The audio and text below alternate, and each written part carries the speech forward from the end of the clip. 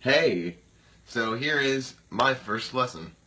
I get asked about my alternate picking a lot because I was a huge fan of John Petrucci, so I spent hours and hours and hours just like really working on the right hand and left hand coordination. But this is probably the most important lick that I ever practice for alternate picking.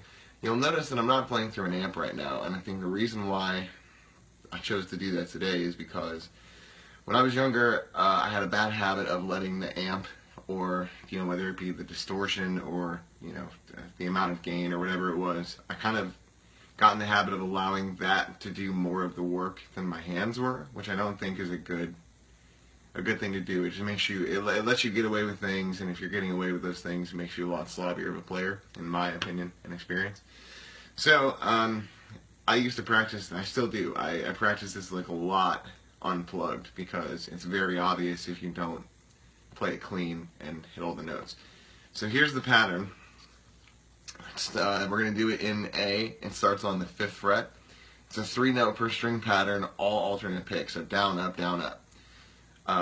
It's on the low E string, 5, 7, 8. Switch over to the A string, 5, 7, 8 again.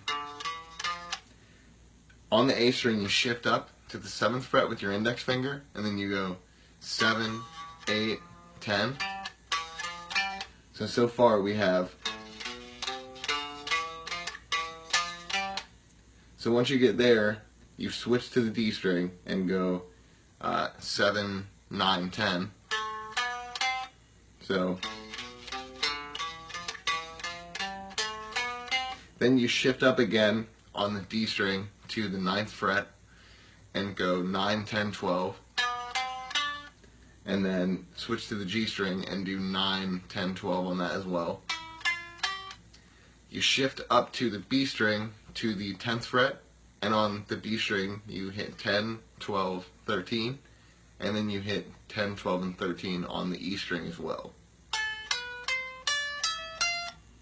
So all together,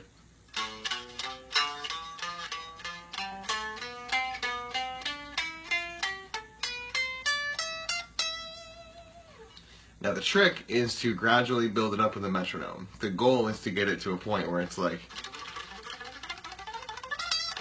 the important part is being able to hear every single note when you play it unplugged. Because, like when I played that right there, like it was mostly good. I'd give that like an 89 or a 90%. There was a couple of little flubs in here where, it just wasn't totally locked up. But to be fair, I haven't done any metronome practice today at all yet, so that's probably why. So I would definitely recommend working on this lick with a metronome and building it up gradually. Because if you can't play it completely accurate slowly, there's no way that you're going to be able to do it quickly. I learned that the hard way. So again, the whole phrase, starting on the low E string on the 5th fret, is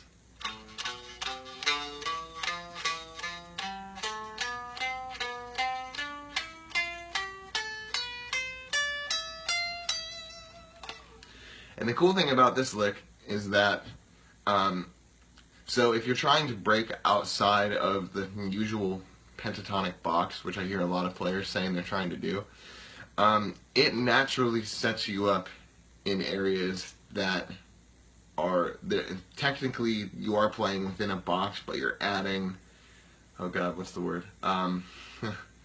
You're adding, I can't think of it, you're adding notes that are outside the pentatonic scale.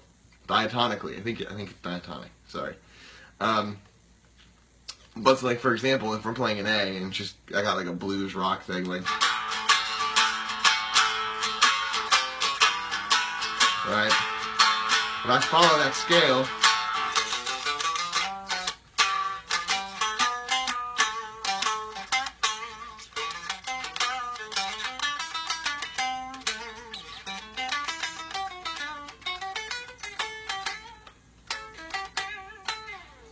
clearly a couple of flubs, but the idea is to demonstrate that because this lick takes you diagonally up the fretboard, it sets you up in different positions to experiment within the key of A.